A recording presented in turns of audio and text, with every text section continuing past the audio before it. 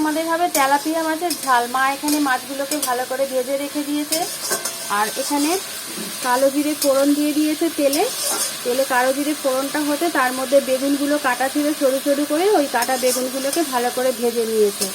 আর মশলার মধ্যে দিয়েছে জিরে গুঁড়ো, হলুদ গুঁড়ো, লঙ্কা গুঁড়ো আর পরিমাণ মতো নুন। আর বড়িগুলোকে ভেজে রেখেছিল আগের থেকে, সেগুলোও ছেড়ে দিয়েছে।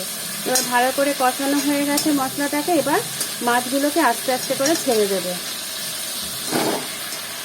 এই মাছগুলোকে আস্তে আস্তে করে ছেড়ে দিল। ছেড়ে দিয়ে এবার নাড়াচাড়া করে নেবে। মাছটাকে খুব আস্তে আস্তে উল্টাতে হয়, না তবে মাছগুলো ভেঙে যাবে।